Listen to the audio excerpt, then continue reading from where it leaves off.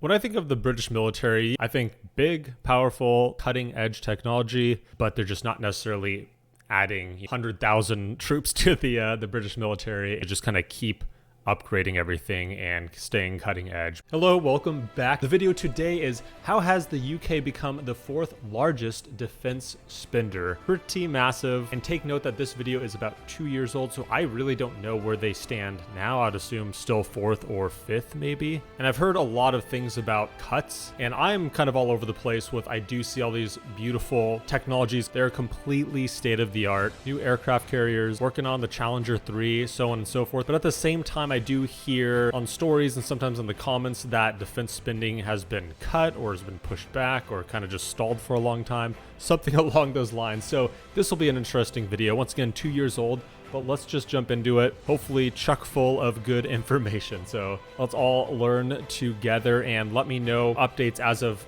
this year, what this is like or if numbers have changed. On a global scale, Britain is a pretty small island. Yet, it is one of the planet's very biggest defence powers, and it has just jumped up the rankings for defence spending. In 2019, the UK... Which is always impressive because for hundreds of years, the British have been a very dominant player on the battlefield in wars just for such a long time. It's truly impressive going back to their history to now, just kind of seeing what's developing now. And I'm always surprised. I think I look back at a history and the British and French always kind of shadow each other. They're always pretty, I mean, maybe more recently, but they're very similar in budget spending. But I think the British are close to 60 billion, like close to the Russians now, like pretty much tied with them, if not past them by now. UK was classed as the 6th biggest military spender in the respected military balance study. But a spending boost last year has taken it past Russia, which... There we go. There we go. That's what I thought I saw earlier, because I love this kind of stuff. Made a small cut, and Saudi Arabia, which has drastically dropped its spending. That leaves Britain in 4th place. It's significant in a number of ways. It clearly strengthens Britain's position, its military credibility with NATO, with the US. It is a direct result of Boris Johnson's pledge last November to add £4 billion a year to the UK's defence budget. The era of cutting our defence budget must end, and it ends now. It is big money, but a big chunk of it is likely to cover a black hole in the existing plans for buying defence equipment, and we are still waiting for the government. That's also a beautiful aircraft. I have a video that I'm going to do about the Eurofighter. Hopefully I'm correct with that. But yeah, I love it. Let me know if cuts have been continuing with new prime ministers in, or if they have jumped up, especially with Russia now, because before this, they didn't know what was going to happen when they made this video. It's integrated review to tell us what the rest of the money might add. And there is always a lag time between deciding to spend money and the production line starting to roll and the delivery of the kit to the front line. Does this mean we've become a bigger military power in the world? Not much. It doesn't envisage any new squadrons for the Royal Air Force, except perhaps in time some more drone squadrons. It actually takes the fleet to the size it was always planned to be. And Boris Johnson is correct when he says it will be the biggest navy in Europe, but it doesn't make it substantively bigger.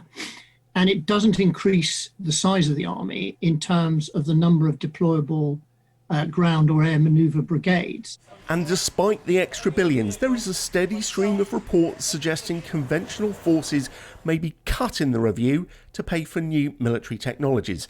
Numbers of soldiers and tanks are particularly under scrutiny, although the MOD says all these reports are merely speculation. When I think of the British military, I think big, powerful, cutting-edge technology, but it seems like watching these videos, so much of their military budget seems to, yes, not growing necessarily the military, and yes, I could be wrong, this is just from videos that I've seen, but they don't necessarily, like they're saying, adding battalions, adding a new squadron. They're not necessarily doing that. They're just kind of keeping their technology, their military equipment as updated as possible, and that's what they use the budget for. So cutting edge military, very excellent, very top notch, but they're just not necessarily adding, 100,000 troops to the British military and adding tanks and jets. They just kind of keep upgrading everything and staying cutting edge. But let me know your thoughts about that, because this is all just from what I'm gathering from videos that I'm watching and trying to absorb from the comments that you give to me, because those definitely help. I have heard that the Royal Navy is going to reduce its manpower by a proportion, both the Navy and the Royal Marines. It's also quite clear that the Prime Minister said the manpower strength of the Army is to reduce. But contradicting himself in the same paragraph, he also said that there was no threat to the Black Watch. Globally, the US still leaves every other country far behind. It's responsible for 40% of the entire world's defence spending. But in second place, China is increasingly shifting the world's military balance. Its big investment in its military is driving others to spend more on defence in Asia. A decade ago, the region accounted for less than a fifth of the world's defence spending. Now it's a quarter. Notably, by number of ships, China now has the world's biggest navy. And in terms of overall maritime capacity, Beijing also possesses the largest coast guard and a significant maritime militia. But the big advantage the Chinese Navy holds over the US Navy is in patrol and coastal combatants, or corvettes and below. The US Navy still holds a sizable advantage in principal surface combatants of frigate size and above, and large amphibious ships, for example. So as a result, in terms of another traditional naval indicator of scale, overall tonnage, the US fleet still stands at more than double the tonnage of China. So on that criteria, much larger still. And we're brothers in arms with the British, which is fantastic. Pretty much our best friends. And yeah, thank goodness for that. Thank goodness for that. European NATO allies have also been increasing their defence spending, and it means Europe could soon overtake Asia for military growth. But defence spending tends to be planned long ahead, so the economic crash from the COVID pandemic could still hit militaries around the world in 2 or 3 years' time. Armed forces have to be aware of the financial reckoning that's coming. That means they'll have to develop better arguments for their military equipment programmes. The UK's armed forces have been promised a budget plan to take them up to 2025, but the reckoning may come then, because the cost of coronavirus could well take beyond that to pay off. Britain's status as the world's fourth largest defence spender and the military credibility it brings are not guaranteed to last. James Hurst, Forces News. A large thing that changed there was Ukraine. I think what I've heard was a lot of the world, but a lot of NATO countries since the invasion of Ukraine definitely boosted all military spending across the board in NATO.